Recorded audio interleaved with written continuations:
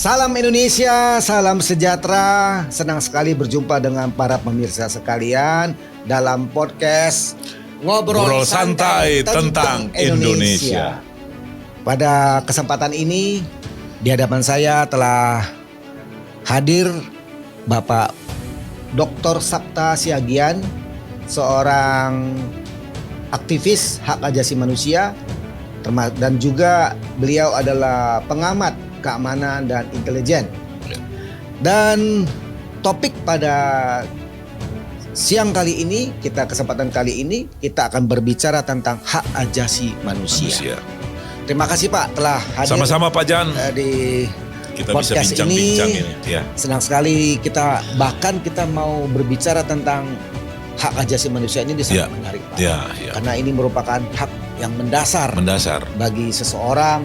Dan biasanya Pak ya, memang saya masuk kepada topik langsung lah Pak. Iya. Negara-negara di dunia ketiga ini Pak, sungguh sensitif tentang pelanggaran hak asasi manusia ini. Mau lebih jauh, kita dulu harus masuk dulu Pak pada pengertian yang benar, supaya kita tahu nih menetapkan batas-batasnya. Yang manakah yang dimaksud dengan hak asasi manusia itu. Supaya jangan orang buru-buru menuduh ini sudah negara melanggar hak asasi manusia, atau misalnya seseorang melakukan pelanggaran terhadap hak asasi seseorang lainnya, sesama lainnya Pak. Nah, sesungguhnya batas-batasannya apa Pak? Begini, saya ingin menjelaskan dulu tentang pengertian apa itu hak asasi manusia Pak ya. Bahwa hak asasi manusia adalah hak yang dimiliki oleh setiap manusia sejak lahir dan tidak bisa dicabut oleh siapapun. Tidak bisa dicabut kepada siapapun. Dan hak ini meliputi hak hidup, hak kebebasan, hak atas keadilan, hak beragama, dan hak memperoleh pendidikan. Itu artinya sepertinya. Nah, saya lanjutkan lagi bahwa hak asasi manusia merupakan hak dasar yang melekat pada diri setiap individu sebagai makhluk ciptaan Tuhan. Jadi kalau kita sebagai makhluk ciptaan Tuhan dan kita menyebut diri sebagai orang mempercayai Tuhan gitu, kita harus menghargai dan juga mengimplementasikan, menghidupkan nilai-nilai kemanusiaan. Nah, kalau konteks misalnya bicara dalam konteks kekristenan, saya Kristen ini Pak, memiliki landasan teologi yang kuat karena manusia diciptakan menurut gambar dan rupa Allah atau imago Dei. Seperti itu Pak, basic dasarnya. Jadi betapa pentingnya HAM itu dalam kehidupan setiap individu manusia. Nah, menarik ini Pak, menarik sekali. Bahwa ternyata hak itu bersangkut paut kepada hak individu seseorang, termasuk hak hidup, hak mendapatkan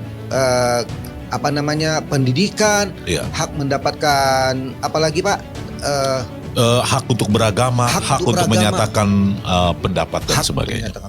Berarti hak untuk menyatakan pendapat. Nah, ini kan juga seringkali justru bertentangan misalnya dengan orang lain Pak, atau apakah hak untuk berbicara, hak untuk menyatakan pendapat itu dibolehkan Pak kalau hal itu ternyata menyinggung kepentingan institusi atau kepentingan yang jauh lebih besar? Bagaimana Pak?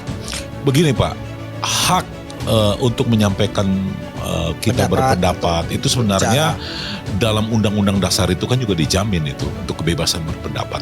Selama kebebasan berpendapatan kebebasan berpendapat itu, yang berpendapat itu mengerti dan memahami bahwa harus juga pada mengerti terhadap kaidah-kaidah yang ada, bukan asal ngomong. Dia juga ketika mau mengatakan ini nggak benar, ini benar gitu, kan harus ada indikatornya. Jangan menjadi fitnah. Kalau kita bicara, saya ingin menjalankan hak asasi manusia, ternyata kita melanggar HAM orang lain, yang kita bicarakan nggak benar, jatuh-jatuhnya fitnah. Sehingga apa yang kita sampaikan itu juga harus ada buktinya, harus ada konkretnya. Benar gak yang disampaikan itu? Jangan hanya dengan alasan kebebasan bicara tentang hak asasi manusia, ternyata kita sedang melanggar hak orang lain. Nah, seperti itu. Oke, mengerti Pak, mengerti.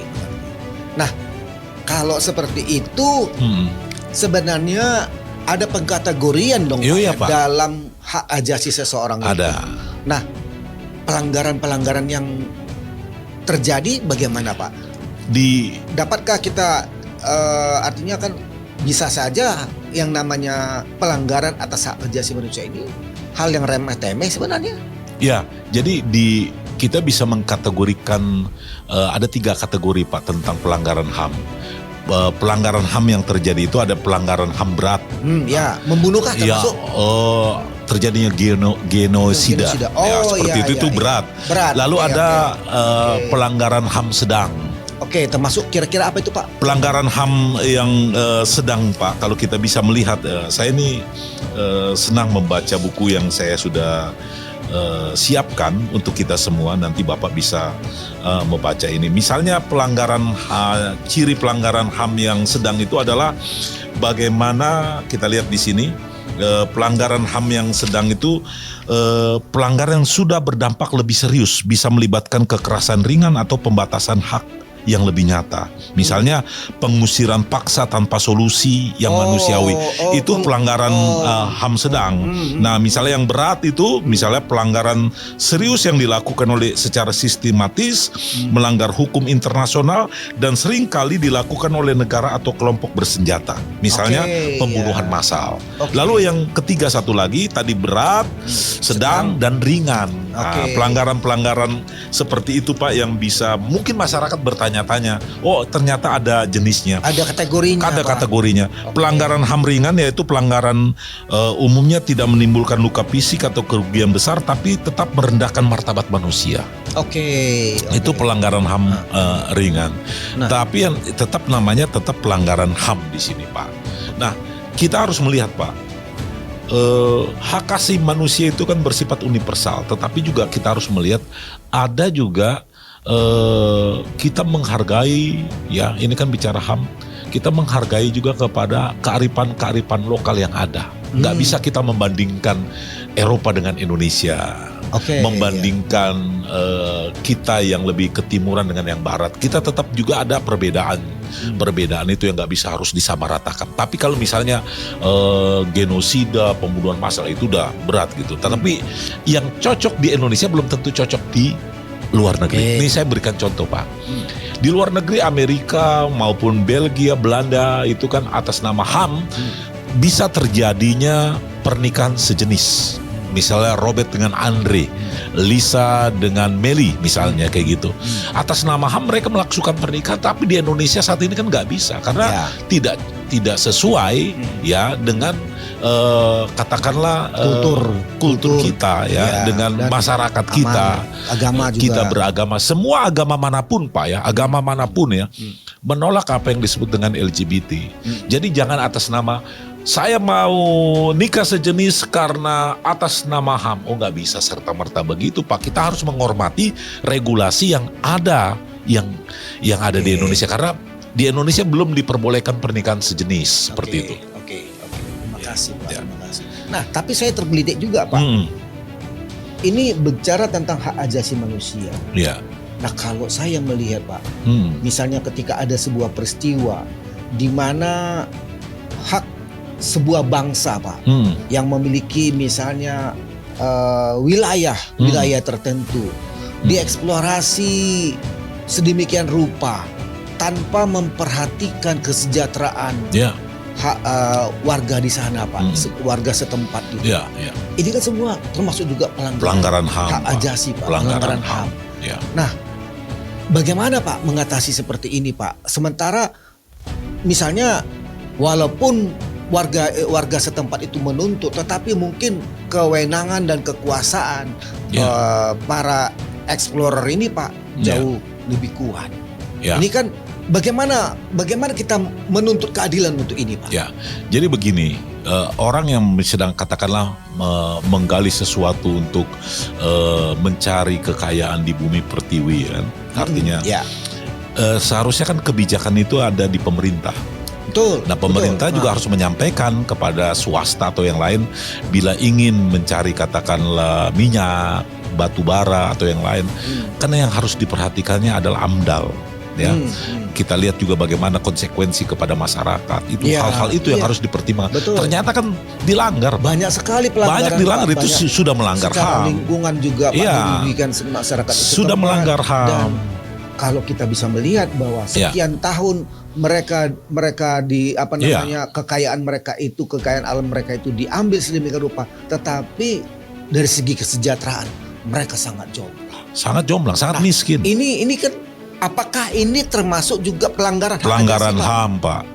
Pelanggaran HAM. Nah, saya suka di sini nih, Pak. Kenapa sampai sekarang ini belum bisa juga artinya kita meningkatkan kesadaran hak ajasi ini, Pak? Komnas HAM sebagai lembaga independen tidak bisa artinya langsung ini orang yang ini melanggar HAM. Dia hanya memberikan rekomendasi kepada pemerintah gitu, menyampaikan ini loh terjadinya pelanggaran HAM di sini. Dia tidak seperti polisi yang menangkap atau dia tidak melakukan hal itu.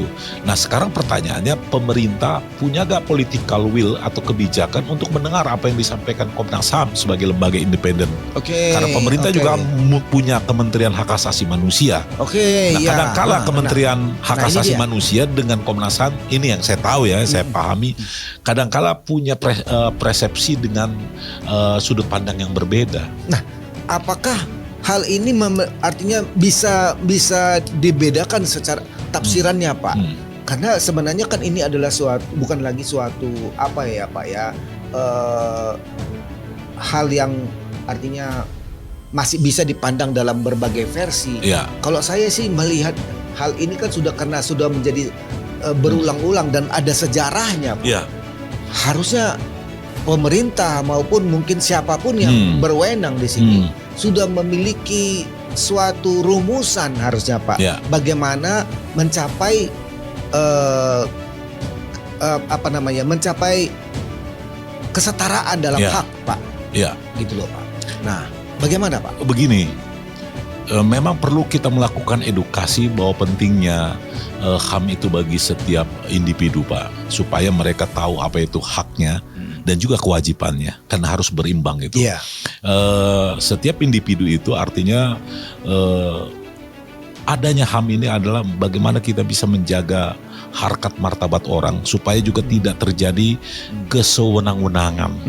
Jangan atas nama pemerintah melakukan sewenang-wenang terhadap rakyat, itu nggak boleh. Jadi itu gunanya ada hak asasi manusia, perlu edukasi itu bahwa setiap manusia itu berharga di mata Tuhan. Tidak bisa kita orang ini tidak sejalan dengan kita, tidak sejalan dengan kebijakan, kita hancurkan, kita bunuh. Nggak boleh seperti itu. Ya, artinya negara-negara yang sudah sangat menghargai, menghormati HAM pada umumnya adalah negara-negara yang maju, Pak. Finlandia, Denmark, Australia, lalu Selandia Baru. Nah, kapan Indonesia bisa seperti itu? Itu dia. Itulah ketika kita semua komponen bangsa menyadari bahwa betapa pentingnya HAM itu. Tujuan HAM itu supaya kita bisa bagaimana caranya, ini secara basic, menghormati orang lain. Jangan juga memaksakan kehendak diri kita kepada orang lain. Bahwa kita ini berbeda, alhamdulillah, puji Tuhan. Itu kita harus merespon hal itu. Jadi closing statement kita pada kesempatan ini adalah bahwa setiap orang yang sedang memperjuangkan hak asasi manusianya, jangan lupa juga bahwa dia sendiri juga memiliki kewajiban sebagai manusia. Pak, ya. Itu kewajiban ajasinya sebagai manusia juga kepada sesamanya, Pak, ya. Oke, jadi terima kasih. Saya kembalikan dengan Pancasila, Pak, bahwa HAM itu hak asasi manusia tidak lepas dari 5 Pancasila ini, bahwa pentingnya penegakan hak asasi manusia. Bila hak asasi manusia dapat ditegakkan, maka akan membawa kedewasaan negara itu bisa bermartabat, Pak. Seperti itu. Terima kasih. Terima kasih, Pak. Terima kasih. Sama-sama, Pak.